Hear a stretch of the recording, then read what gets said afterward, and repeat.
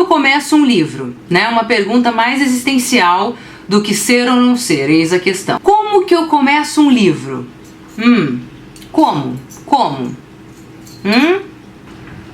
Eu vou dizer aqui nesse vídeo como eu começo um livro na esperança de que ajude você a começar um livro. Às vezes eu começo criando um personagem.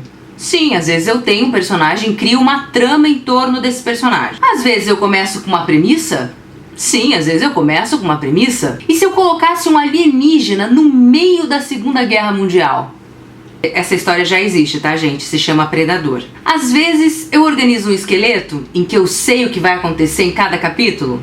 Não, nunca. Isso é muita organização, acho que se eu fizer isso meu cérebro explode. E o título? Às vezes eu começo pelo título de uma história? Não também, né? Porque eu sou um horror pra criar título.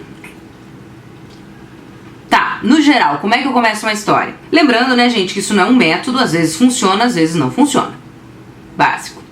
Né? Bom lembrar sempre. Normalmente o que acontece? Eu tenho uns pedaços, uns trechos na minha cabeça, umas cenas. Eu tenho uma parte lá do meio, eu tenho uma parte lá do final, daí eu sei mais ou menos o que eu quero que aconteça, quem são os personagens, né? Mas assim, tudo meio solto. Cara, e uma das coisas mais difíceis pra mim é pegar o embalo da história. Sabe? É você achar o tom da narrativa, sabe, o tom dos diálogos, a personalidade de cada personagem. E no começo, quando eu tô escrevendo, eu vou meio que tateando essas coisas, sabe? Porque eu tô meio que descobrindo, na verdade. Tô tentando achar o tom certo daquela história. Então, o que eu faço pra começar e pegar esse tom da história de uma vez? Eu escrevo primeiro a parte mais foda da história. Aquela parte, assim, o auge, entendeu? Aquela parte que quando o teu leitor chegar lá, ele vai, tipo, morder o braço. Tipo, pode ser o seu final. Pode ser o seu final. Pode ser uma virada na história, pode ser uma virada na história. Não sei, pode ser a parte que você acha mais incrível da história, a parte que você mais gosta, aquela parte que você não vê a hora de escrever. Então,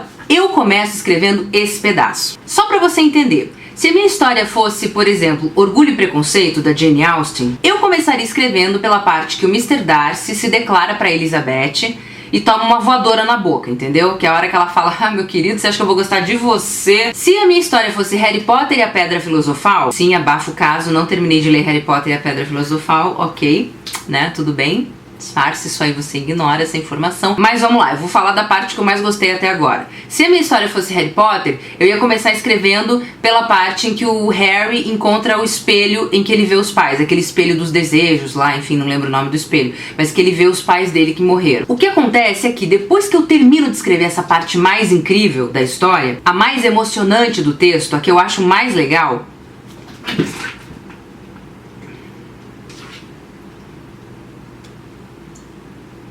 Oxe, a coisa mais linda. Oxe, a coisa mais gorda. Mais linda do mundo, né? Oxe, a coisa mais linda do mundo. É você? É você? Oh, meu Deus, é você mesmo.